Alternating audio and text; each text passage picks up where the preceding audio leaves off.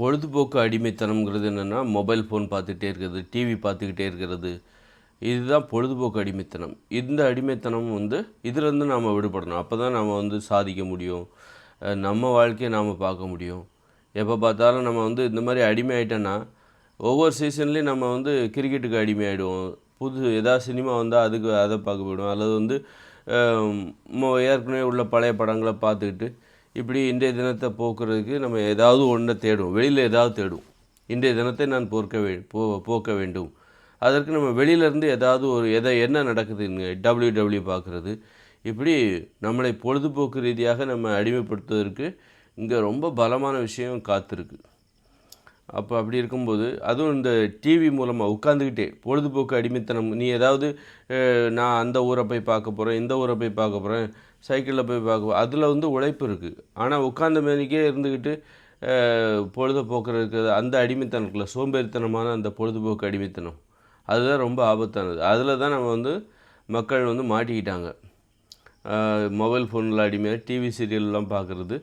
அப்போ அதுலேருந்து நாம் எப்படி தப்பிக்கணும் அப்படின்னா, பொழுதுபோக்குங்கிறது முதல்ல அது எந்தவித பலனும் அற்றது, பயனும் அற்றது அப்படின்னு நம்ம நினைக்கக்கூடாது. பொழுதுபோக்கையே நமது பயனுள்ளதாக மாற்ற முடியும். அதுக்கு என்ன பண்ணணும் அப்படின்னா, நாம் செய்கிற தொழிலுக்கு பொருத்தமான பொழுதுபோக்கு தேடல்.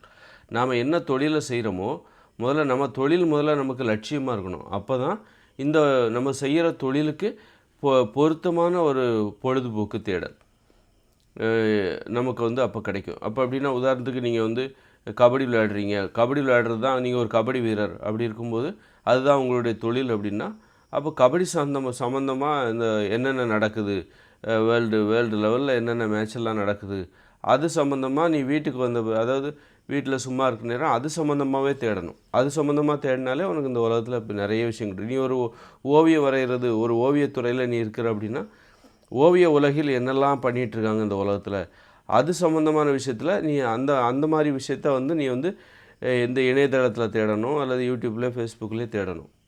இந்த மாதிரி நாம் என்ன தொழில் செய்கிறோமோ அந்த தொழில் நமது லட்சியம் என்னவோ அதற்கு பொருத்தமான ஒரு பொழுதுபோக்கு தேடல் என்பது நம்மக்கிட்ட இருக்கணும். அது உலகளாவிய நம்ம துறை சார்ந்த நாம் செய்கிற தொழில் சார்ந்த ஒரு உலகளாவிய அறிவை அது பெற்றுத்தரும். உலகத்தில் என்ன பண்ணிகிட்ருக்காங்க, நாம் என்ன பண்ணிகிட்ருக்கோம், அது தொடர்பாக அந்த உலகத்தில் என்ன நடந்துகிட்ருக்கு, அது நமக்கு பெற்றுத்தரும். இந்த மாதிரி இப்படி இப்போ அப்போ தான் நம்ம பொழுதுபோக்கு அடிமைத்தனத்திலேருந்து நாம் விடுபட முடியும். இன்னொன்று என்னென்னா, தூக்கத்தை கட்டுப்படுத்திக்கிட்டு பொழுதுபோக்கு தேடலை தேடுவது. 11 ஆனாலும் டிவி பார்த்துக்கிட்டே இருப்பாங்க. நீங்கள் உங்கள் துறையை சார்ந்து தான் நீங்கள் டிவியே பார்க்குறீங்க. நீங்கள் என்ன தொழில் செய்கிறீங்களோ அது தொடர்பாக தான் நீங்கள் டிவியே அது தொடர்பான விஷயத்த தான் இணையதளத்தில் தேடுறீங்க, மொபைல் ஃபோனில் பார்க்குறீங்க. அதற்கு தொடர்பான ஒரு பொழுதுபோக்கு தான். அப்போ அந்த நிலைமைக்கு வந்துட்டீங்க. ஆனால் இந்த விஷயத்தையே நீங்கள் என்ன பண்ணுவீங்க, தூக்கத்தை கெடுத்துக்கிட்டு அந்த மொபைல் ஃபோன் பார்த்துட்ருப்பீங்க. உங்கள் தொழிலுக்கு தொடர்பான ஒரு விஷயத்த கூட உங்கள் தூக்கத்தை கெடுத்துக்கிட்டு பார்த்துட்ருப்பீங்க. 9 மணிக்கு தூங்கணும், ஆனால் 10 மணி வரைக்கும் 11 வரைக்கும் உங்கள் துறைக்கு சம்மந்தமான, உங்கள் தொழிலுக்கு சம்மந்தமான, உங்கள் லட்சியத்துக்கு சம்மந்தமான விஷயத்த நீங்கள் டிவிலேயே மொபைல் ஃபோன்லேயே பார்த்துட்ருப்பீங்க. அப்படி பார்க்கக்கூடாது. தூக்கம் வந்தால் தூங்கிடணும். அந்த தூக்கத்துக்கு தான் முக்கியத்துவம் கொடுக்கணும். இந்த 2 விதிமுறையை நீங்கள் பின்பற்றிங்கன்னா நீங்கள் இந்த பொழுதுபோக்கு அடிமைத்தனத்திலிருந்து விடுபட்டு விடுவீர்கள்.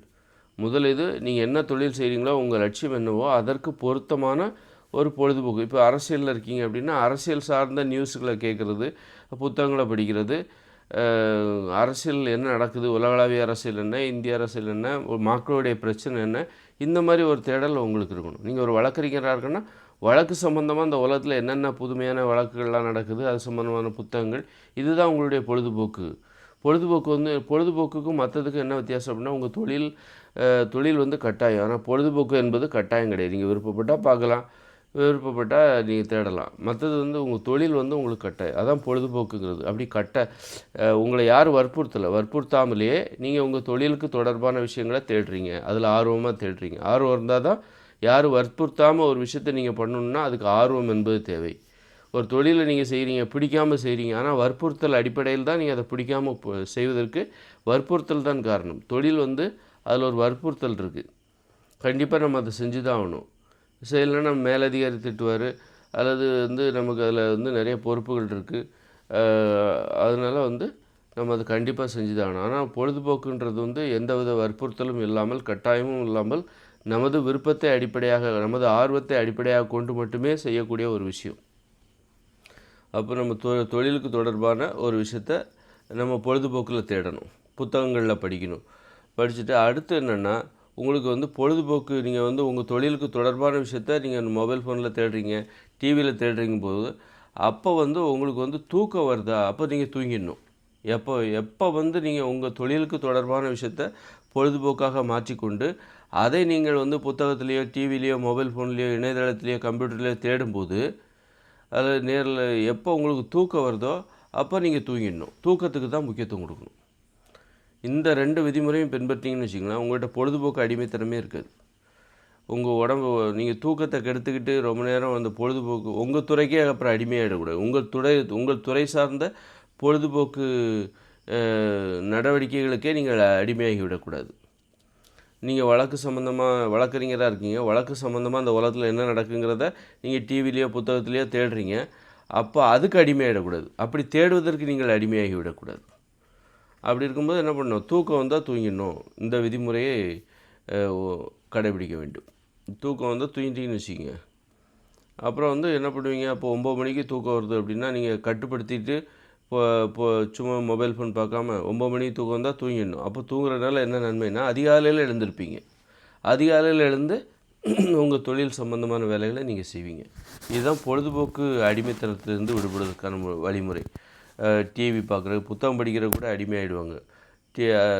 அதனால் நல்ல விஷயமா இருக்கலாம், ஆனால் அதுக்கு அடிமையாயிட்டா அதுவே நமக்கு கெடுதலாக மாறிடும்.